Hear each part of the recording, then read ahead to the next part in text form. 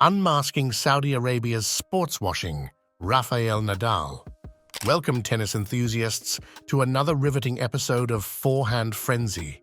Today, we're diving deep into the intriguing alliance between tennis icon Rafael Nadal and the Saudi Tennis Federation. I'm your host, and buckle up for a rollercoaster of controversy, ambition, and game-changing decisions. As we traverse the landscape of sports and geopolitics, the spotlight today turns to the darker side of lucrative sports deals, where the pursuit of athletic excellence intersects with the murkiness of human rights controversies. This chapter brings us face to face with the saga of Rafael Nadal and the tennis arena becoming an unexpected battleground for what's been termed as sports washing. Rafael Nadal's new role. In a shocking twist, Nadal, the illustrious two-time Wimbledon winner and holder of 22 Grand Slam titles, recently announced a partnership with the Saudi Tennis Federation. This move is part of Saudi Arabia's extensive campaign to reshape its global image through sports, an initiative that has seen unprecedented spending, totaling a staggering $6.3 billion since early 2021. The legendary Rafael Nadal has accepted the role of ambassador for the Saudi Tennis Federation. At 37, still plotting his return to competition, Nadal's impact on the court is undeniable.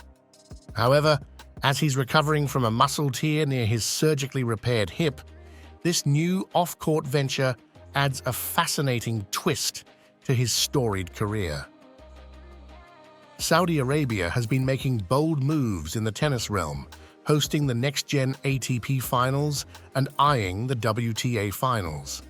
Nadal's involvement isn't just symbolic, it comes with plans for a Rafa Nadal Academy in the kingdom. But what drives this sudden interest in tennis from a nation known for its prowess in other sports? This newfound alliance has thrust Nadal into a storm of criticism and controversy. The widow of Jamal Khashoggi, the murdered Saudi journalist critical of the regime, issued a desperate plea to Nadal, urging him not to forget the legacy of her husband. Khashoggi's widow, Hanan El-Attar, voiced her disapproval on social media, signaling the ethical quandaries that accompany such partnerships. Nadal, undeterred by the criticism, expressed his enthusiasm for contributing to the growth of tennis in Saudi Arabia. In a statement, he mentioned witnessing the country's progress and the passion of its youth for sports. However, the juxtaposition of this enthusiasm against the backdrop of Saudi Arabia's well-documented human rights abuses raises ethical concerns. The tennis maestro's decision to join forces with the STF aligns with Saudi Arabia's broader strategy of sportswashing, a term coined to describe the practice of using high-profile sports events and partnerships to divert attention from a tarnished human rights record. This strategy has extended across various sports, from football to boxing and even golf. One of the pivotal moments in this narrative is the staggering bid by the Saudi Arabian club Al Hilal for French football sensation Kylian Mbappé. With a bid reaching €300 million, £259 million, it underscores the immense financial power the kingdom wields in reshaping the landscape of international football. Under Vision 2030, sports participation across men and women in Saudi Arabia has rapidly increased and is now close to 50%, more than tripling since 2015. The number of sports federations has also tripled during this time, with the STA an example of the progress being made. In 2023, an estimated 30,000 children in the kingdom took their first steps in tennis thanks to the Tennis for All program, a partnership between the STF and Saudi Sports for All Federation, which saw tennis introduced to the physical education curriculum in 90 schools. Plans are already in place to roll the program out in 200 schools in 2024 and 400 in 2025. Saudi Arabia is currently home to one 77 tennis clubs, up 146% since 2019. In the last 4 years, the number of registered players has increased by 46% to 2,300 and under 14 players by 100%, from 500 to more than 1,000. STF also now holds 40 national tournaments annually, including 3 ITF Juniors tournaments in the past year. Rafa embodies all the values we hold dear in a true champion on and off the court, Saudi Tennis Federation President Ari Al-Mutabagani said. He's simply the ideal role model for our young boys and girls to look up to. The magnitude of Saudi Arabia's sports investments becomes even more apparent when we consider that the $6.3 billion spent over the last 2.5 years is 4 times the amount expended in the 6 years preceding this period. The funds, primarily from the Public Investment Fund, have not only transformed professional golf with the creation of LIV Golf, but also disrupted the international football transfer market. Critics, including prominent rights groups like Grant Liberty, Amnesty International, and Human Rights Watch, denounce this spending spree as a blatant attempt to sportswash. They argue that the lure of lucrative deals is prompting sports figures to overlook ongoing and worsening human rights violations in the kingdom. The irony of sports figures becoming embroiled in geopolitical controversies is exemplified by Nadal's fellow tennis legends. John McEnroe, a vocal critic, scoffed at the notion of hosting prestigious events like the WTA Finals in Saudi Arabia, questioning the treatment of women in a country aspiring to be a sporting hub. Amnesty International has called upon Nadal to speak out against Saudi Arabia's human rights abuses, emphasizing the responsibility of sports figures in shedding light on such issues. This call echoes a growing sentiment that athletes, given their global influence, have a role to play beyond the confines of the sports arena. As the saga continues, the question arises, can the allure of multi-million-pound deals and the prospect of shaping the future of sports in a nation overshadow the ethical dilemmas and human rights concerns that loom large? The answer remains uncertain, but one thing is clear. The collision of sports and geopolitics is an arena where the stakes are higher than any championship trophy.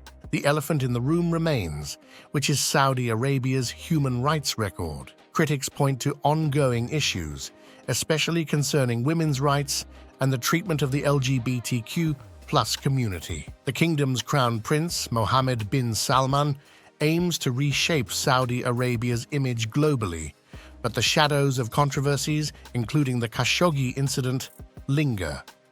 Hanan Elata's plea. Nadal's decision sparks a heartfelt plea from Hanan Elata, the widow of murdered journalist Jamal Khashoggi. In a social media response, she urges Nadal not to forget her husband's legacy and to seek justice. The intersection of sports and geopolitics takes center stage, as Nadal becomes a pivotal figure in a narrative larger than tennis. Amnesty International's call. Enter Amnesty International, calling on Nadal to address Saudi Arabia's human rights issues. As the Economic Affairs Director puts it, Nadal's role is seen as part of Saudi Arabia's sportswashing strategy, using sports to divert attention from human rights concerns. Will Nadal take a stand, or is he caught in the crossfire of sports and politics? Nadal's response and Saudi tennis vision. Nadal, in his official statement, expresses enthusiasm for Saudi Arabia's growth and progress. He emphasizes his desire to contribute to the global expansion of tennis, especially among passionate Saudi youth. The vision is clear, but can tennis truly be a catalyst for change in a nation at the crossroads? Tennis legends critique.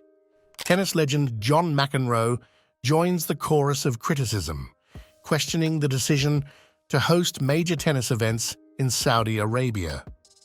The prospect of the WTA Finals in a country with a questionable record on women's rights raises eyebrows. McEnroe's skepticism adds fuel to the ongoing debate about sports, morality, and financial interests.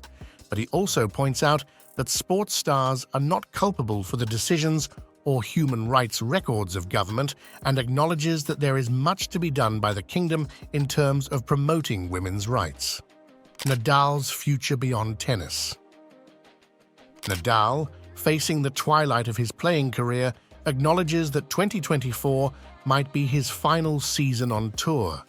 This Saudi ambassadorship hints at a strategic move, potentially shaping Nadal's post-tennis legacy. As one of the sport's biggest names, Nadal's decisions carry weight. What legacy does he aim to leave beyond the tennis court? Amid controversy, a business move. Nadal's multi-million-pound deal with the Saudi Tennis Federation isn't just a diplomatic move, it's a business decision. With his on-court earnings exceeding £105 million, Nadal is strategically aligning himself with a nation investing heavily in various sports.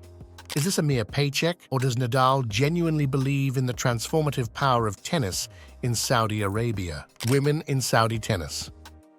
Amidst the controversy, there's talk of hosting the Billie Jean King Cup and WTA finals in Saudi Arabia. The irony is glaring, considering the kingdom's stance on women's rights. Tennis icons like Martina Navratilova and Chris Evert voiced their opposition, highlighting the incongruity of such events in a country grappling with gender equality. Swiatek's perspective. Rising tennis star Swiatek reflects on the complexities. While acknowledging the challenges faced by women in certain regions, she suggests that change and improvement are underway. Swiatek's nuanced stance captures the dilemma faced by athletes navigating geopolitical intricacies. As we wrap up this rollercoaster ride through Nadal's Saudi venture, the lines between sportsmanship, diplomacy, and commerce blur. Will tennis be a force for positive change in Saudi Arabia, or is it a pawn in a larger geopolitical game? Join us next time on Forehand Frenzy as we unravel more tales from the dynamic world of tennis. Until then, keep swinging for the stars.